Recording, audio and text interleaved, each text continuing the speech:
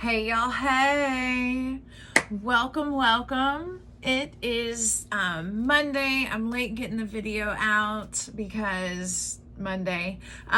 We are looking at August the 12th through the 18th. I've got some really interesting cards pulled for you from the Alleyman Tarot deck. One of my favorite decks. It's kind of like a mix mash of a bunch of different really cool decks and oracle cards all in one. This is a really interesting week. The reading is right on par with like a Mercury retrograde kind of situation that we're in. But I love the fact that, we're having Mercury retrograde in Leo season, and Leos are very passionate about their work. So we're going to move forward with our passion, with our self-confidence, and we're going to shine bright no matter what situation we're put into. All right, so with that being said, let's dive in. The card for Monday, Tuesday, the Magician. Yes, you are out there making it happen. You are very resourceful. You are very intelligent. You are very intellectual and very inspired. Your intuition about how to make things happen, how to utilize the resources in front of you is unmatched. This card is the epitome of Jesus feeding the masses with just a small amount of fish and bread. This is you. Some of you may have had limited resources when you started on this journey, and you have really built an empire. So bravo to that. You're making it happen. This card reminds me of the I think, therefore I am. You are breathing life into your dreams. Direct your energy and your willpower towards your Magnum Opus. See, this is like the different masks or the different faces, or maybe even the different visions that this magician has for himself, and you are breathing life into those things. If you want to make your goals happen, you have to have positive meditations about success, about what that success looks like. So take some time, look up meditations on success, or maybe journaling, almost like you're writing a story about what you want your dreams to look like, how you see that unfolding, and that is how you breathe life into it. And not just that, getting in there, getting your hands dirty and doing the work. That is the magician. This is not passive magic. This is you getting your hands dirty and putting in the work. As I will it, so mote it be. That is Monday and Tuesday. All right, Wednesday, Thursday. This is the Eight of Swords in reverse. I'm going to flip it around for you to see. The swords in tarot represent mental energy, and with this card it's almost like a hall of mirrors.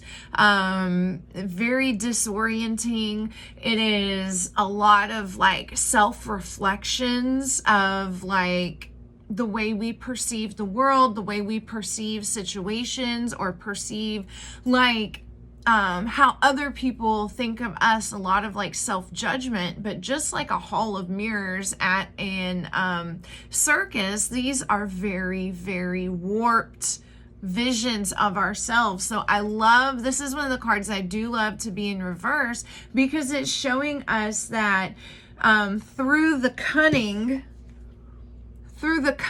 and the cleverness of the magician, you are opening doors for yourself. The hall of mirrors is now broken, and you're following the light out.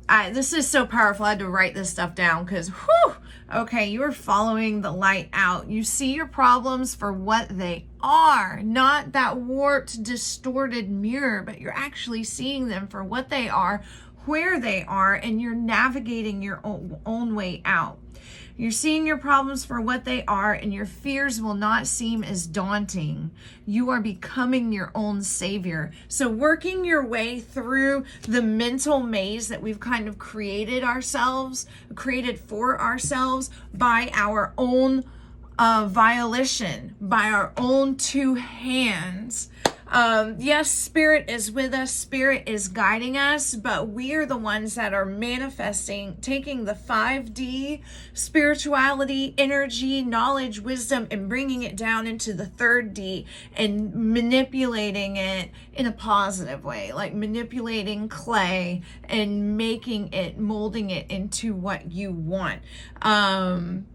For some people, this is a path to success. For some people, this is a path out of a problem. And we'll get to that in just a second, okay? Whenever I was pulling cards for the weekend, the Friday, Saturday, Sunday, we have 2 cards. The 7 of Pentacles did not want to tell me which way it wanted to land. I did not draw these cards. I shuffled and they, fly out. And this one kept landing sideways and upside down and this, that, and the other. So for some people, the 7 of Pentacles is going to be about our hopes and our dreams coming to fruition. And for some others, it's going to be more about plans not working out. But don't worry, we have a second card right behind it. So the second card that we have is the 9 of Swords. This is another one that I do like to see in reverse. The 9 of Swords is about staying up late with our thoughts, with our worries, with our concerns. And very similar to the 8 of Swords, it's about learning how to really see our thoughts for what they are. They're just thoughts. They're not necessarily true representations of reality, and there's no need to let those worries and concerns keep us up all night, because all that's going to do is just ruin the next day. And then we can't think of strategy. We can't use our emotionality to fuel our intuition, things like that. It takes the zest and the zeal out of us when we are in our head, when we're not sleeping right because of stress and anxiety. So the 7 of Pentacles and the 9 of Swords in reverse. Put your worries behind you and handle things objectively. So kind of like step into a CEO mindset. This isn't about stress and worry. This is about looking at everything for what it is. Just because a few things don't work out doesn't mean you are a failure. Don't throw the baby out with the bathwater, okay? Not everything is going to work out perfectly this weekend, but not all is a loss. And that doesn't mean that you are a failure just because everything doesn't work out properly, perfectly, to a T. Now, at this time, this weekend, you're learning how to pivot, to make adjustments to our plans, and try again. When certain things go right, we say, okay, that worked. Let's do more of that. When we start to see our progress slowing or stalling out, then we need to look at things and realize that maybe some adjustments need to be made. If some of our plans have failed, we need to hold ourselves accountable for what we did right and what we did wrong, and then just learn from that for the next go round. There are others of you, the universe wanted to say, you are not obligated. I want y'all's attention, okay? You are not obligated to stay in a dying situation. You've got to know when to hold them and when to fold them. Sometimes we go into a situation and we tried our best and just let the chips fall where they may. It does not mean that this whole weekend is going to be a failure. I want you to know that you are a very wise, you are very intelligent, you are a very worthwhile person. You have put your all into this situation.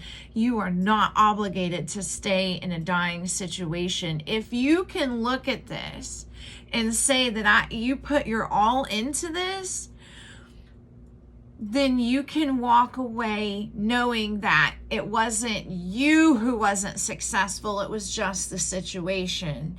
But again, holding ourselves accountable, looking at things, saying what worked, what didn't work, you know, what can be adjusted, and knowing when to just kind of like, okay, I did my best, I tried. The Seven of Pentacles and the Nine of Swords, for some of us that have projects and plans that are still in the making, this is also reminding me of the metaphor of when you're growing things. You can't bury a seed, throw a little water on it, and the next day dig it up to see how much it's grown, and then put it back in and throw a little more water on it and then dig it back up to see how much it's grown. You're going to screw up